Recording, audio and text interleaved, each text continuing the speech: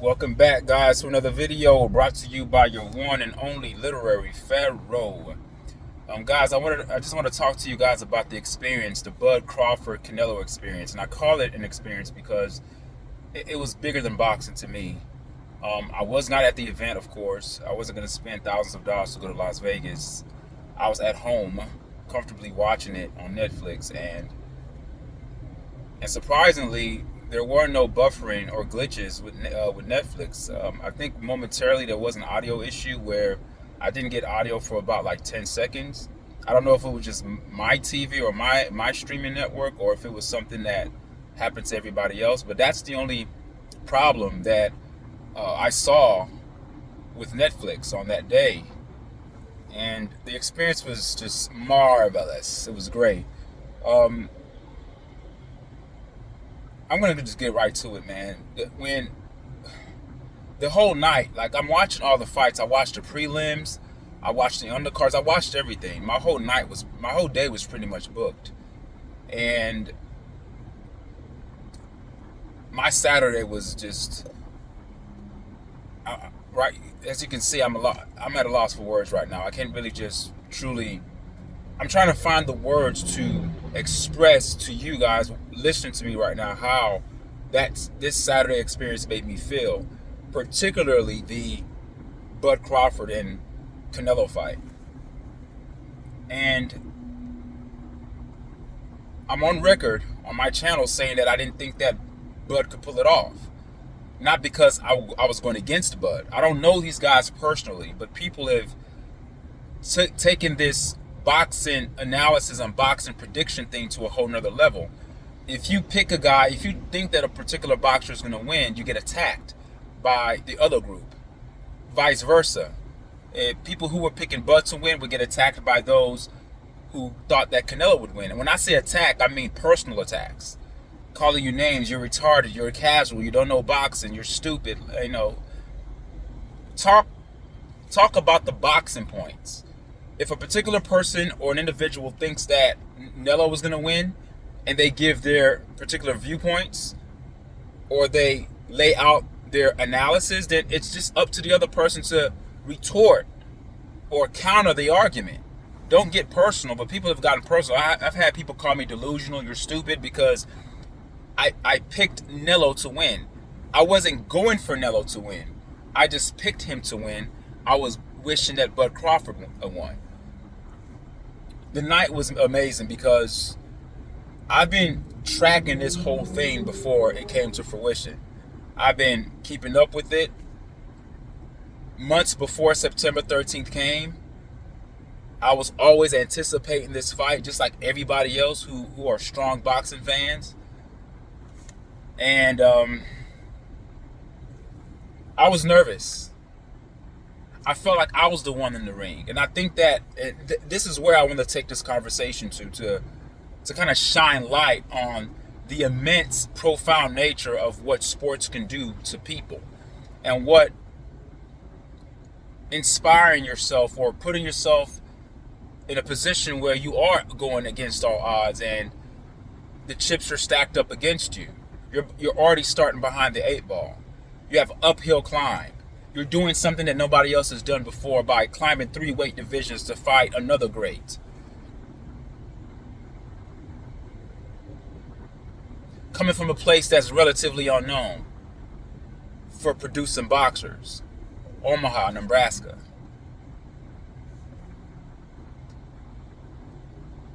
When Crawford picked this fight, I was torn. I was like, well, I know he's not that young. He's in his upper 30s. Does he really have time to campaign at 154 to sharpen up his skills before he fights Canelo? No, he didn't. Canelo is not young either in terms of boxing age. Boxing age. 35 years old is young. 37 years old for Bud is young, and 35 for Canelo is young. But in terms of the sport of boxing, that's old, especially if you factor in when Canelo started boxing at the age of 15. Been boxing for over 20 years. I would argue say Crawford has been fighting longer because he started fighting as a young kid. in the streets of Omaha, Nebraska. So here this guy, Bud, says, I want to fight Canelo. Now I've seen Canelo's fights, and I know his power, and I know how devastating of a puncher that he is. He's very consistent. Yes, he's flat-footed, but he comes forward. He's resilient. He has a chin. All these things were making me nervous, and sometimes in life we tend to hold ourselves back because we are afraid of failure.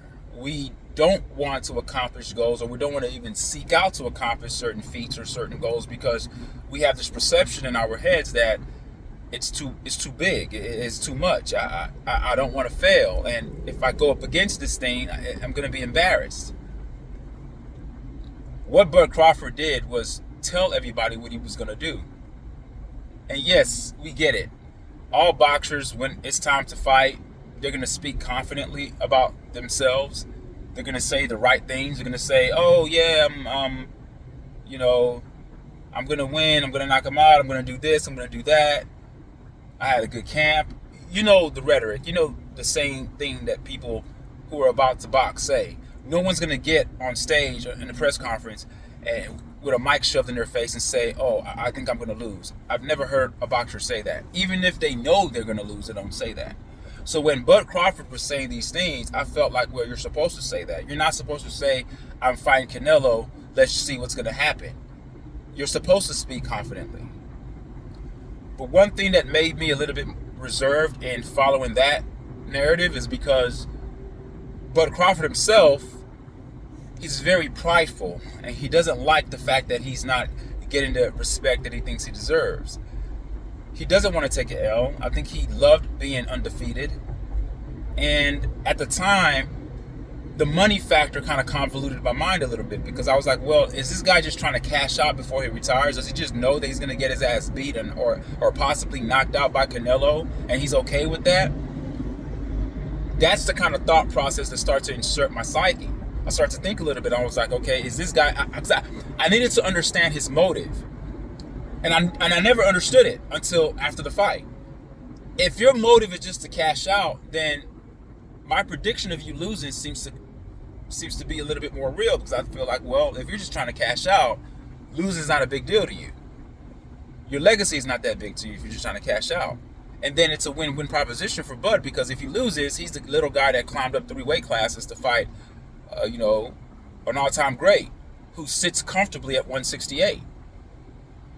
If he wins, then he's the best thing since sliced bread. So it was a win-win for Bud. Bud already had a tucked-in excuse if he lost, because, hey, he's the older guy, he's the smaller guy, he's the one that jumped 3 weight classes to fight Canelo.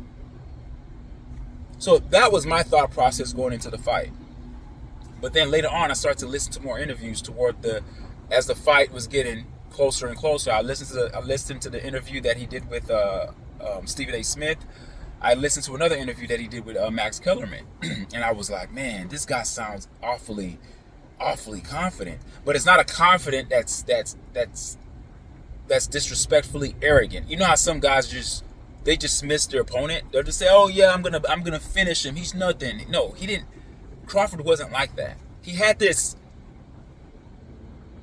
quiet confidence, like, man, I can't wait till this fight happens so I can show y'all what I'm made of. I feel like the world doesn't really know how great I am. And the only way that the world can know how great I am, if I fight a guy that everybody knows is great. It can't just be any guy that's great. Let it be a guy that's great, that's bigger than me. I'm not only daring to be great, because I could easily go fight a Boots. I could easily go fight other great fighters within my weight division, because remember, Bud did fight Mazurmov at 154. And there are many other good fighters at 154. But Bud is like, nah, I'm going to fight another all-time great that's in my generation. Because some of those guys at 154, if Bud did choose to fight those guys are younger, hungrier. And it's like, okay, if he beats them, then it's like those guys were inexperienced. Bud is the more experienced boxer. That's what we expect. But Bud didn't want that. He said, give me Nello. I want Canelo Saul. That's who I want. And when people first heard that, people were like, why? Like, what are you trying to prove? Like, after beating the shit out of Spence, really, you could have retired and just drove off into the sunset. You were good. He fought Madrimov, and people weren't too ecstatic about that fight in terms of how he looked. Yeah, Bud Crawford won the fight, but people looked at it as a much closer fight, and some people thought that he actually lost, but I didn't think he lost the fight. I think he won. I think the scorecards were a little bit closer than I thought, but I guess people wanted him to just go in there and dominate Madrimov the way he dominated Errol Spence. So after that, I'm thinking, okay, why Nello? Why Nello? But see, in life, if you're trying to accomplish greatness, you have to mark greatness. I think it was the ultimate sign of respect when Bud Crawford chose to fight Canelo. It wasn't disrespectful. It was very respectful. It was honorable. And you may say, but how is that respect if you want to fight a guy? That's why it's respect. Because out of all the options that Bud had at his disposal, he chose Nello. Because he knew Nello was a mountain to climb. That if I could scale this particular mountain, then I could be one of the fighters that could be in the conversation of Mount Rushmore boxers. Not that I'm going to be on there, not that it automatically puts me there, but I'm going to be in the conversation. Give me Nello. Give me Nello. Give me Nello. Give me Nello. So, I watched a lot of YouTube channels. I listened to a lot of boxing pundits. It was 50-50 down the middle.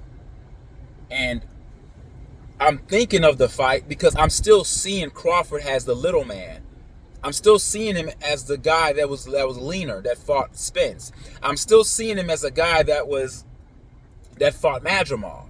And I've seen Canelo knock out guys that are over 200 pounds. I've seen him fight I've seen him fight light heavyweights. So I'm thinking, well, if he's punching on light heavyweights who are bigger, thicker, and stronger, how is Bud going to defend himself? So I was nervous. But I was still I still wanted Bud to win. But I just picked Canelo just because of the two X factors that I always said on my channel. I said, well, if Bud hits him, it's not going to stop Nello from moving forward because Nello's chin. But then I was like, well, if Nello touches Bud's going to feel it. That night, guys, when that fight happened, when I saw the way that Bud walked into the ring with that guitar, playing the Mexican music, and I think the inspiration was from a movie. I forgot the name of the movie right now, but I forgot what the inspiration came from. It was a movie that he got that inspiration from to come out with that guitar. Desperado, some movie like, I forgot the name of it. If you know the name of the movie, please leave a comment and remind me what the name of that movie is. He comes out and he's smiling, but he's walking fast as if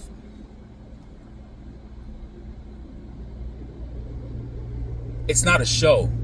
I have a job to do. I'm on the mission. He didn't trot out slow for everybody to, hey, look at me. Look at me. He got into the ring so fast, it was almost like, and he's smiling. I'm thinking like, okay, why is he smiling? Is he just smiling because he's about to get a big payday from this? Or, I don't know. Why is he smiling? But that goes back to that quiet confidence. That confidence that's on the cusp of being overly confident, but it's still encapsulated in humility, and it's shown through external behavior as a smile or a grin. And that's what I saw from Bud. I'm like, why are you? Do you know you're fighting? You're fighting Canelo, a guy who is comfortable at 168. No rehydration clause. That means that, let me explain what no rehydration clause means for you guys who may not know. And I'm sure many of you guys who, if you're even listening to this, I'm sure you know it because that already shows me that you're a boxing fan. It means that at weigh-in, okay, You could come in and meet the weight requirement at weigh-in, but then you can rehydrate and you can get as big as you want the next day. Meaning that Canelo could have came in 190 if he wanted to. That's what no rehydration clause means. It means that you can't rehydrate and be bigger. You have to stay at that small weight. You know what Bud said? Bud says, no. Stay who you are. Because when I scale this mountain, when I overcome this obstacle, when I meet and beat this challenge, I don't want any excuses. Not one.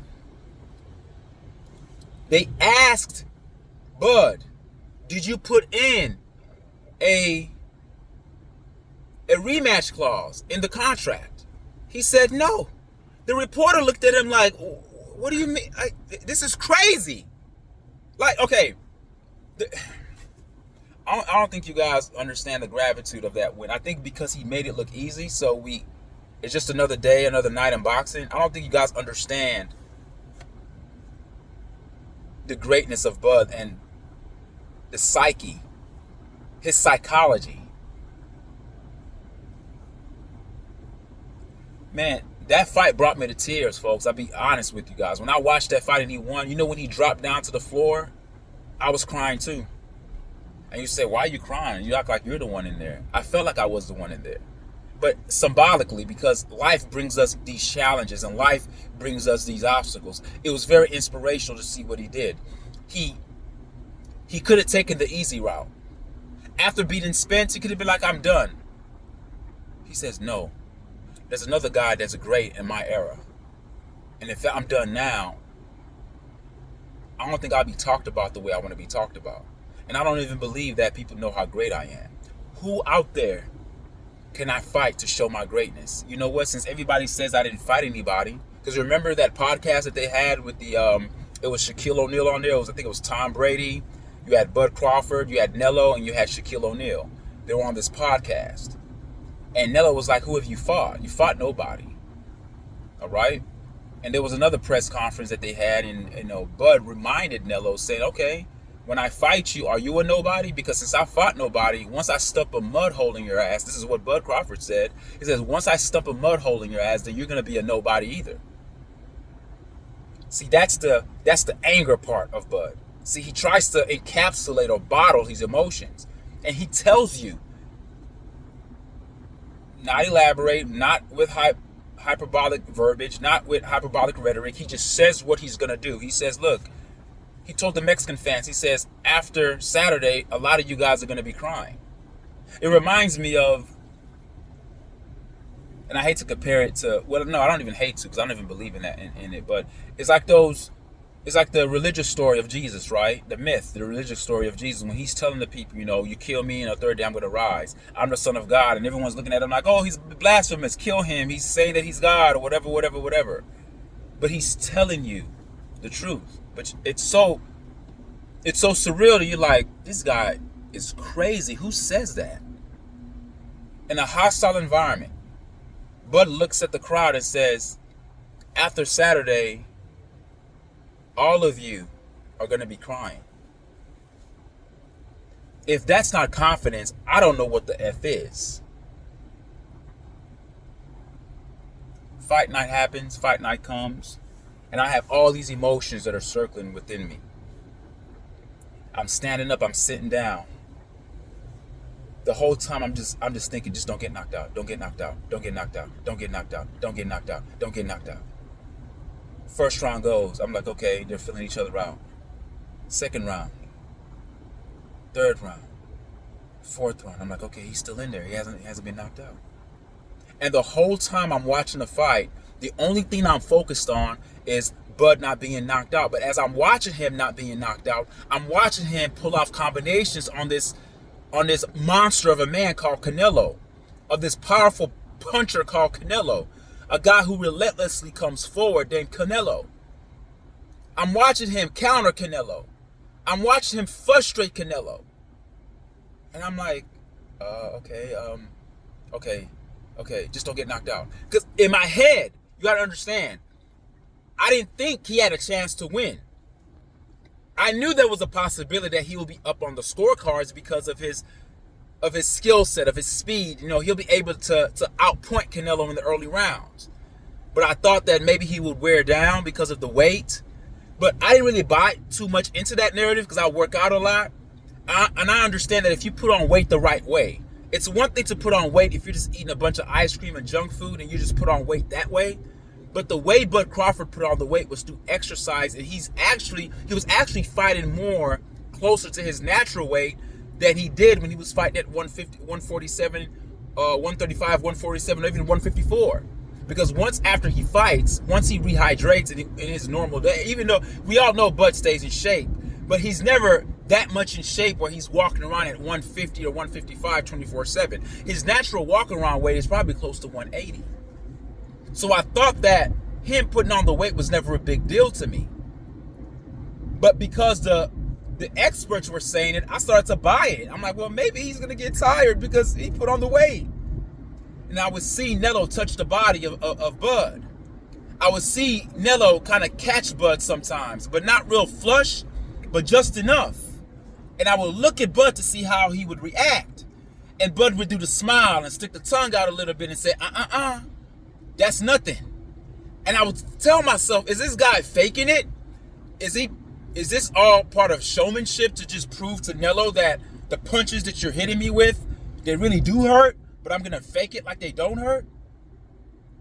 So all these emotions I'm riddled with. I'm mixed with all these emotions as I'm watching the fight. In one essence, in one lens, I'm watching Bud pull off the impossible as the rounds keep on going. But at the same time, I know that all it takes is one punch from Nello to end it. I've seen fights where one guy's up on the scorecards and it's curtains after the other guy catches them slipping. So the whole time I'm like, okay, Bud, move. Okay, get out the corner.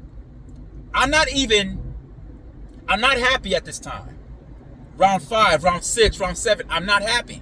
You say, what do you mean happy? Meaning that I'm not watching the fight through the lens of Bud to say, oh, he's doing well. I'm watching the fight from a position of fear because I'm thinking it's just a matter of time till Nello may catch him. Maybe this is all part of the scheme of Nello. Maybe they want Crawford to feel confident. But one thing about Crawford, he was so smart and so intelligent, he never got overconfident and went wild just swinging, getting too comfortable. He respected Nello so much that he kept moving, forcing Nello to reset. Now, there were a lot of people, I read comments of people saying that Bud ran. Bud didn't run. What people want, who wanted Nello to win, they want people to fight the style that's more conducive to Nello pulling off a victory. What do I mean by a style that's more conducive for Nello pulling off a victory? What I mean by that is that they want opponents of Canelo to sit still so Nello can walk into you so he can just let off and punch you and pound you and beat you to death and beat you into submission. They don't want you to move because you know why? Because Nello is a flat-footed boxer, meaning that he plods forward. He plods forward, right? So every time you move, he has to reset. And if you can let off a bunch of punches and force him to reset, you can beat him. The difference between Skull and Bud Crawford is that Skull fought afraid. Bud fought intelligently. Skull ran too much. Yes, Skull landed some punches on Nello. Agreed. And I would argue and say Skull hit Nello more than Nello hit him. But there was no way in hell that the judges were going to give a victory to a guy who ran 80% of the time. That's running. Bud moved a lot more than normal because he respected Nello. I've never seen Bud move around the ring that much before. I never did, but that means that he respected the power of Nello. And he wasn't fighting some bum. Nello was an all-time great in his own right. Not just all-time great Mexican fighter, but an all-time great fighter in general. So yeah, Bud moved, but he fought enough to the point where you can't say he ran. You don't sit there and hit Nello with combinations. He actually sat in the pocket sometimes. And at one point, he turned Nello just to show Nello, yeah, I'm strong. I know a lot of people were making fun of oh, he's a wrestler. What does that have to do with boxing? It has a lot to do with boxing because it shows that if a man tries to grab you, you let him know that, no, I'm here. You can't just move me around like that. Surprisingly, Bud was eating the shots of Nello. And not that Nello hit him a lot, but the shots that Nello did hit him with, I didn't see Crawford buzzed. If anybody was buzzed, it was Nello, I think in the 9th or 10th round, when Bud caught him flush. And Nello just turned his head like, what the fuck was that? I'm watching the fight. Round 10, I get up out of my seat. I'm pacing back and forth in the room that I'm watching the fight in. The whole time I'm like, oh, come on, don't get knocked out. Round 11, I'm like, oh, come on, you got this. And I'm still in disbelief because I'm scoring the fight. At that point, I'm gonna be honest with you guys, and it's not because I wanted Bud to win. I'm very objective. If Bud got his ass kicked, I would tell you. I only gave Nello. There was a guy that said it was 6-6. I'm like, what fucking fight were you watching? I only gave Nello 1 round, and I say gave because that's the only round he won. I forgot what round. It was the earlier round. I think it's between the 1st and 3rd round. One of those rounds, I gave it to Canelo. I scored it 11-1. I scored it 11-1. 11 rounds to 1. It was a masterclass performance. When the fight went to the judges, when it went to the judges' cards, I'm like, okay, are they gonna rob this dude? Because judges do it all the time. You know, there's politics in boxing. When they started to read the scores, and I see Bud just drop, man, I dropped too. I was like, shit, I can't believe you did it. Bud wasn't just fighting Nello, guys. Bud was fighting a nation. Bud was fighting Mexico. Bud was fighting the judges. Bud was fighting the stipulation advantage that were on the side of Canelo. The stipulation advantage just means that there's no rehydration clause. You can come in as big as you want. Yeah, be who you are. I'm gonna climb the ladder to meet you.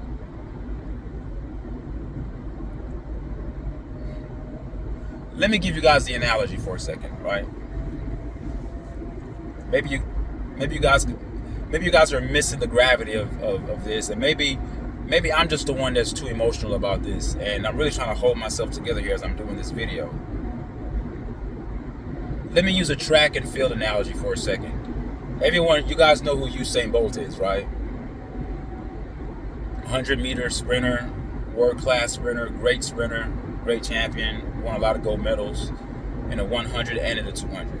Great runner, broke a lot of sprint records. We all know who he is, Usain Bolt. That's like another sprinter, and let's say another sprinter who is known for running the 400. He's a good 400 runner, right? Good 400 runner. But he's very fast. He breaks records. And running the 200 is really not his race. He can run it, but that's not really what he's known for. He's never really tried it. He's never really went to that race but he's so great at 400 that there's no challenge at 400. I want you guys to follow my analogy here. And this is Bud Crawford at 135, 147. No challenges. He's knocking out everybody. He's had 42 fights with 31 KOs. His knockout percentage is high, so he's just knocking guys out. So this 400-meter runner is so good that everyone's saying, man, he has no competition. He needs to push himself.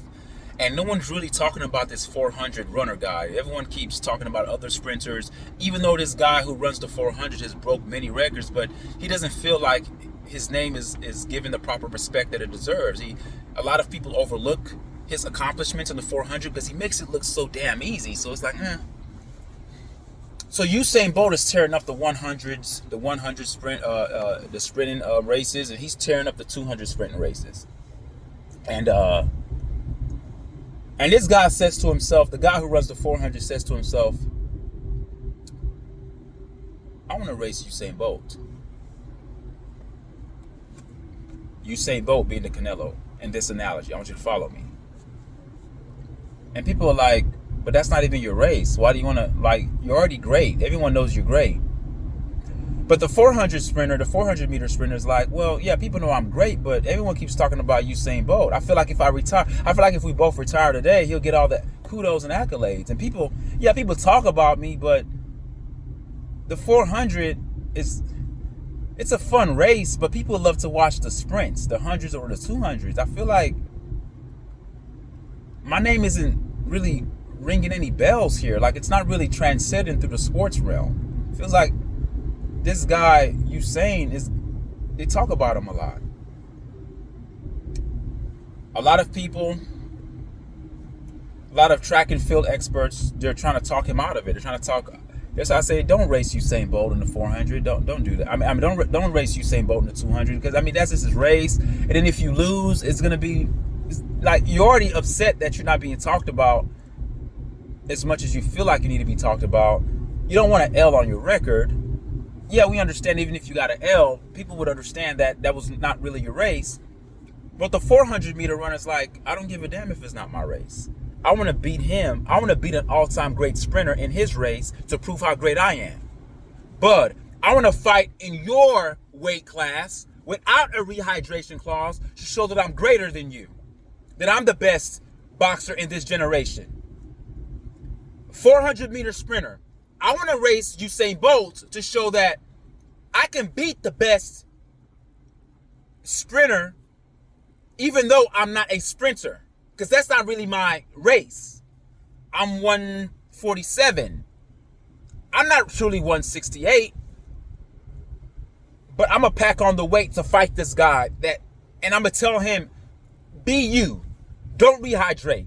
Don't lose extra weight. Pack on as much weight as you want. Rehydrate to the maximum. Be your strongest self. 400 meter runner says, no, I want Usain Bolt. Give him a head start. When they put in the no rehydration clause, that's essentially giving Nello a head start. I don't think you guys are following me. You have a smaller guy jumping up three weight classes. I don't count the Madrimov fight because that was only one fight. You got to fight at least 2 or 3 boxers in a weight division for me to classify you as a legitimate, 154 pounder. You didn't stay in that one fight doesn't count. That's not. And then you took a long year, had a year layoff, and then you fight Bud. So that 154 Madrimov fight is doesn't count to me. Yeah, he won, but I don't count that as anything. I think the 147, when he fought Spence at 147, to me, that counted because that's within his weight range. When you tell Nello no rehydration clause, you're basically saying be as strong as you want. Everyone knows that Nello is the harder puncher. He's the bigger guy. Yeah, even on fight night, I know people kept talking about look how bigger Bud is. Nello still looks bigger than him. His width, his girth, he just looks thicker and bigger. Yes, I can see the obvious weight gain from Bud. You can't deny that. But it wasn't like Bud was in there just bigger than Nello. He wasn't big. Yeah, he's taller. I'm talking about bigger. Nello's legs, his calf muscles, his thigh. Nello's just a bigger man. So you tell the bigger man, there's no rehydration clause. I'm the little bitty man. I'm the little bitty man. And I'm going to climb to your weight. But when I get to your weight, you can be as big as you want. 400 meter runner. I want to race Usain Bolt. But when we do this race, give him a head start. People looking at this guy like, what the fuck? What? You don't even run the 200. Bud, you never fought at 168. Put in a rehydration clause. Weaken him. Weaken Canelo. How How you gonna fight Canelo and not put in a rehydration clause? And you're the smaller guy. But it's like, no. No rehydration clause. I remember the interview. He was standing. I don't know who the interviewer was. I think it was on Fight Hype or Fight Hub or something like that. The guy said, no rehydration clause. Bud looked at him like, nah. So chill. Like, nah. He didn't fight for that. He didn't do what Tank did to Ryan Garcia. Because he knew the left hook of Ryan Garcia could be a punch that could possibly put him out. So I have to drain you. I have to weight drain you, man. Take a bit of your power away. So even the win of Tank is still tainted a bit because people know that you drained Ryan Garcia. Bud was like, I don't want any of that shit. I don't want any excuse. So the 400-meter runner is like, well, I don't want any excuse. Give him a head start. What are you trying to prove here? That I'm way better than him? Put in the rehydration clause for Nello. No. Why? To prove that I'm better than him? To prove that at his best, that I'm the little man that climbed up to fight him at his best and I beat him? That's why. Because if I beat Usain Bolt, I want you guys to follow my analogy because I'm going back and forth, but follow the parallels. There's parallelisms here. If the 400-meter runner beats Usain Bolt in the 200, people can always say, well, Usain Bolt didn't take him seriously. Usain Bolt didn't really respect him because he thought that he would win. Usain Bolt didn't really try his hardest. But we've seen Usain Bolt run faster before. For him to get beat by the guy who never ran a 200, I think it's a psychological thing. The guy that runs the 400 probably had more to gain. He was more hungrier than Usain Bolt. Usain Bolt just looked at this performance as an exhibition. He didn't really take it seriously because, he knows that this 400-meter runner is not really a 200-meter runner, so he didn't really run his hardest. That's why he lost. The 400-meter runner said, fuck that shit. Give him a head start. So when I beat him, there's none of that. No excuses. None. Zero. Zilch. Put in the rehydration clause, bud. Put it in. Weaken Canelo. No. What about a rematch clause? No. But what if you get beat? You don't want to get your get back? I'm not going to get beat.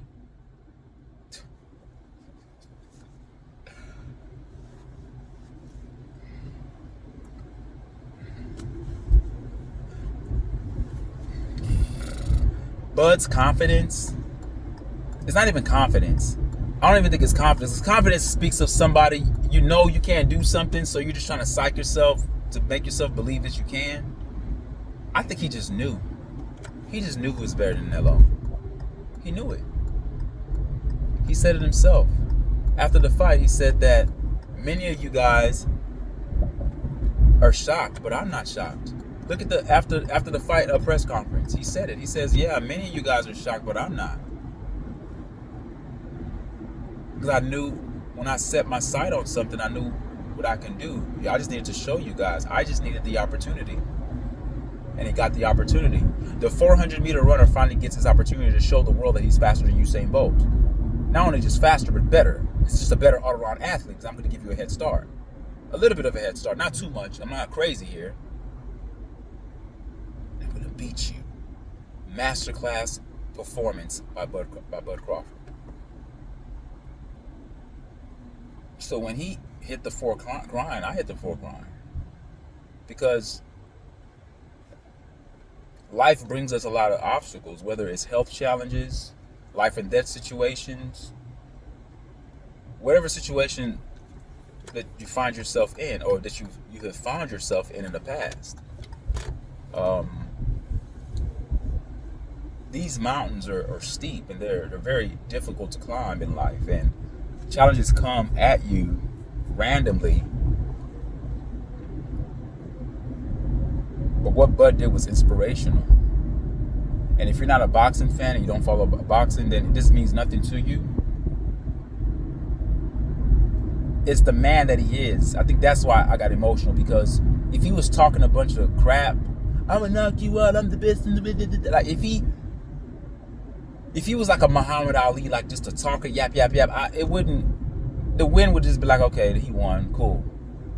It's just the way he just handled himself, like a professional. He just said, of course, when the crowd would boo him, he would be a showman and play to the crowd. He like, ha ha ha. He just played the villain. Like, okay.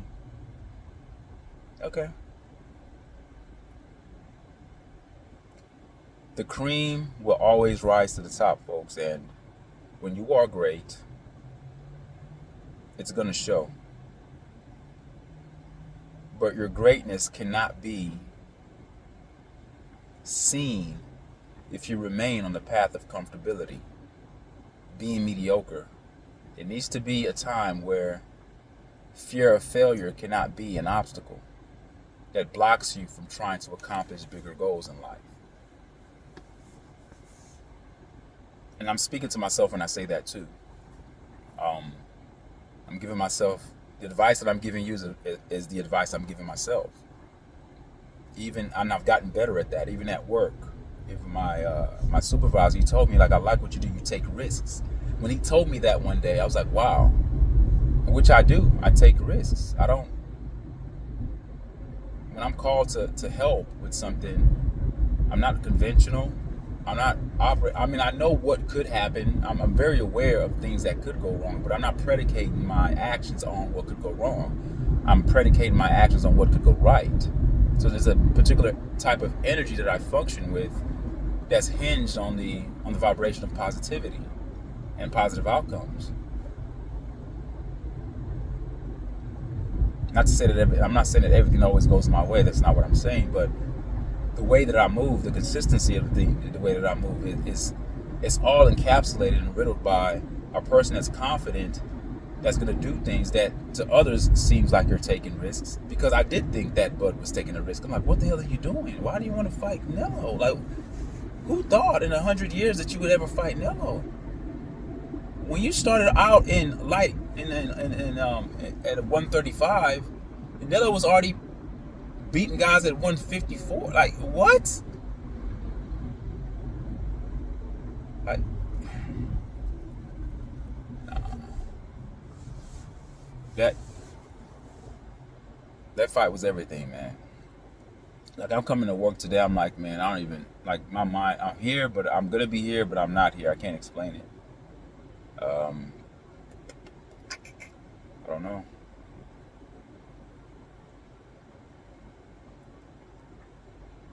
But I mean, he didn't fight afraid.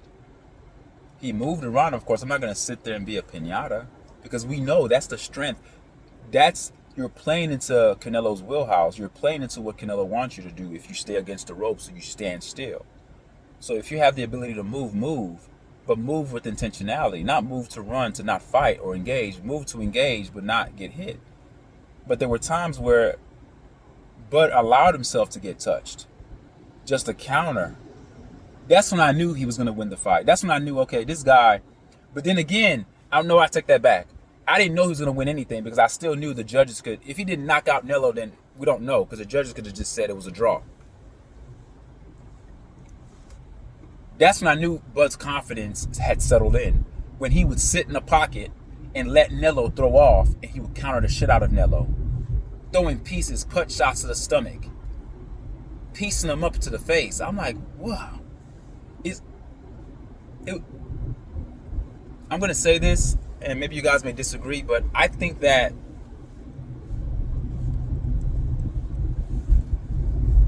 the way, because Nello being 168, more experienced. He's fought people like Mayweather. He's fought the Shane Sugar Mosleys. He's fought the Triple G's. He's fought the Cottos. He's fought the Laras. So he has experience. He's not a novice. He's not an amateur. I would argue and say that the way that Bud beat Nello is better than the way, when you contextualize everything, it's better than the way Mayweather beat Nello. know you guys are gonna say, oh, but Nello can touch Floyd. I understand. Nello was 25 then. Yes, Nello had a lot of fighting experiences in the amateurs, or he had a lot of other professional fights, but those other fights that he fought were against people that nobody knew, nobody that was a threat to him. So he didn't have the experience factor on his side to approach Floyd the way he approached Bud. And then Nello is bigger and stronger. The last thing that goes away from a fighter is their power. So Nello is a bigger man now. He's grown into his man weight. We saw what Foreman did in his older age. So don't tell me this thing. Well, Nello is older now. He's not fighting the best version of Nello. I always argue and say yes, he is fighting the best version. Yeah. Remember when Floyd fought Nello, he fought Nello at a catch weight, meaning that Nello had to be drained a little bit. Nello was not at his strongest. And not to say that if Nello was at his strongest that he would have won. I still feel like no matter what happened, Floyd would have beat him. But the point that I'm making, this idea that, Bud beating Nello, he's beating an old, washed up Nello. No. He's beating the best Nello that has all the experience, that has a grown man weight, and fully sits comfortable at 168 with no fucking rehydration clause, no catch weight, none of that shit. Bud beat his ass, man. Let's be realistic, guys. The way that Bud beat him is better than the way Floyd beat him. Point blank. Period. This is not recency bias. I watched the fight with Nello and Floyd. I watched it. It was a masterclass too. But you were fighting a younger, hungrier boxer that didn't have the experience and the IQ as he does now. As a matter of fact, everyone knows this. Nello got much better after the Floyd fight. He got better defensively. He got better as a counterpuncher. Rather than trying to headhunt all the time and be the aggressor, he got better as a counterpuncher. Fighting good fighters got him better. So with all of the experience that he's had before he fought Bud, he was a better fighter. And Bud beat a better Nello than the Nello that Floyd beat. Amazing, man. Amazing. Anything is possible. If you're great, it'll show. And if you have an itch to show how great you are, it's because the great DNA is in you. That greatness DNA is in your molecules. And that's what was itching at Bud. He could have retired after the Spence fight. But he says, no, let me fight at 154 to kind of test this out a little bit. Rather than me staying at 154 fighting these other guys who don't have a really big name, let me fight the biggest name in boxing. Give me Nello. Oh, he's doing it for the money. He's broke. He's trying to cash out. I kind of have that feeling, but not all the way, because I'm like, well, the way this guy's carrying himself, he's training so hard. I don't know.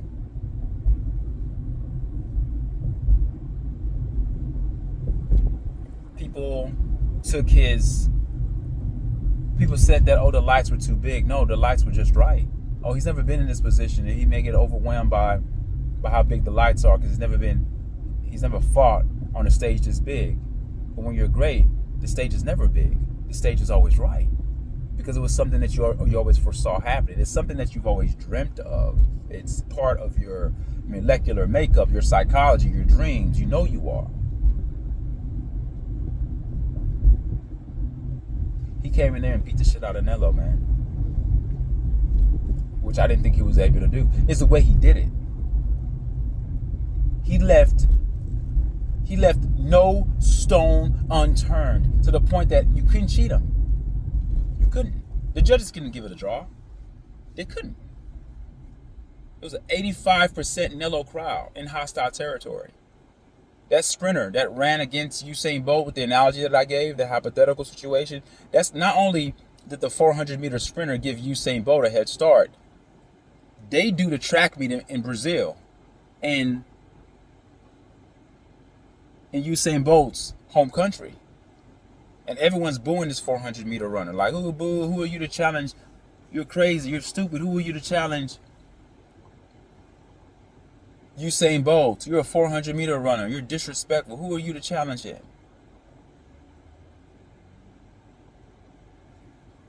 And the 400-meter looks at the crowd and says, well, after I beat him, many of you guys are going to cry.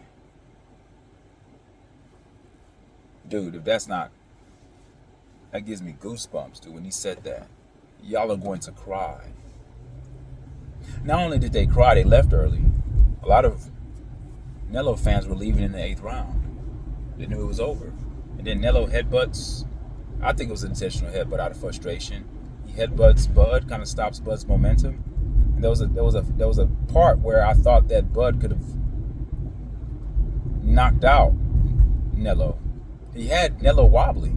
So this idea that, I think boxing power comes in different ways. I think that if you see a punch coming, this is common sense. And I'm not a boxer, but this is just common sense. Especially if I see something coming that's about to hit me, I can brace for it, right? But if I don't know where something's coming from and it hits me and it catches me off guard, it's more likely that my equilibrium is going to be off from a punch I don't see coming because I couldn't brace for it. My mind couldn't brace for it. I couldn't prepare. My body wasn't tense. My body did not get tense up for the punch. It doesn't mean that the punch won't hurt. It just means that it won't knock me off of my equilibrium. It won't put me off balance. But if I get hit by a punch I don't see, it's going to hit me off balance. When Bud had Nello looking like he was kind of dazed, it's because he was getting hit by punches he didn't see coming. Boxing is back, man. I remember before my dad transitioned, we would watch boxing together, watch soccer together. And, man, this fight, I'm never going to forget it, man. I'm glad that I was alive. It was a privilege to see it. Thank you, Turkey Al-Sheikh, for investing in putting your investment in boxing and making it a sport that people want to see. Because if you're putting on the fights that people want to see, who doesn't want to watch a good fight? Who doesn't want to see a good fight? It's analogous to life. Life is a fight. Life is a struggle, and we have to beat these challenges every day the way Bud beat his opponent. It was insurmountable. Bud is special. Thank you guys for listening. Peace.